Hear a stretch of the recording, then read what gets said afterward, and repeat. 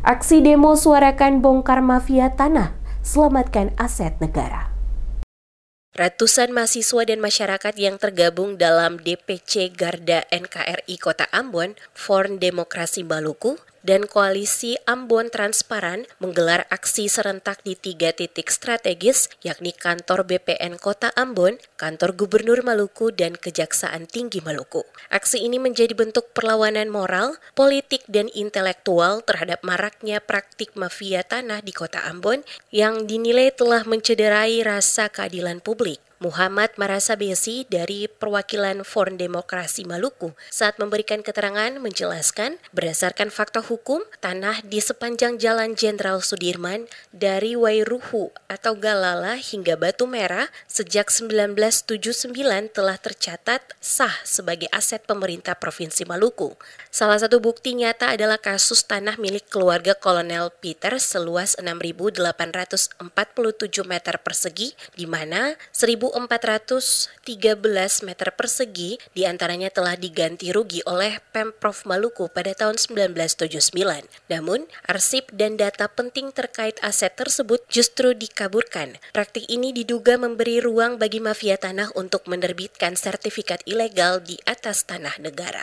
Ada dugaan BPN Kota Ambon tidak hanya lalai, tetapi juga diduga ikut memberikan legitimasi atas terbitnya sertifikat bermasalah. Untuk itu, Marasabesi menyebut kasus ini sebagai kejahatan agraria terorganisir yang menggerogoti kedaulatan negara, merusak tatanan hukum, serta merampas masa depan generasi muda Maluku.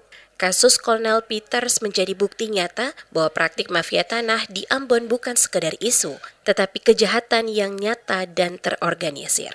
Tanah milik Kolonel Peter yang disampaikan bahwa lewat oknum-oknum kuasa hukum mereka itu dari Wairu sampai di Jalan Jenderal Sudirman. Sementara tanah itu pemerintah sudah melakukan transaksional pengembalian dan penjualan dan dibayar langsung oleh Kolonel Peter itu pada tahun 1979. Yang jadi persoalannya yang kami agak sedikit keliru, kalau pemerintah sudah membayar objek milik personil yaitu Kolonel Peter, kenapa orang-orang yang ada di tanah milik pemerintah itu digusur? Sehingga kehadiran kami di BPN Kota Ambon, di Kejaksaan Tinggi Negeri Maluku, dan di kantor Gubernur Maluku, kami meminta ada sebuah transparansi. Kami meminta ada sebuah mediasi antara pihak-pihak yang terkait yang telah menghilangkan objek tanah milik negara karena masyarakat yang dirugikan saat ini.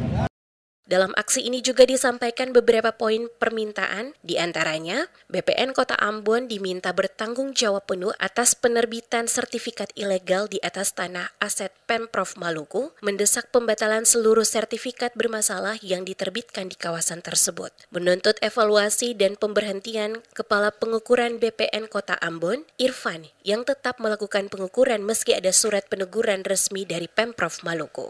Meminta aparat penegak hukum atau kejaksaan dan kepolisian mengusut tuntas praktik mafia tanah serta menyeret semua oknum tanpa pandang bulu. Mendesak Kementerian ATR BPN turun tangan membatalkan sertifikat bermasalah sekaligus mengevaluasi jajaran struktural BPN Ambon dan menuntut adanya sistem digitalisasi data agraria yang transparan agar mafia tanah tidak lagi mendapat ruang di Ambon.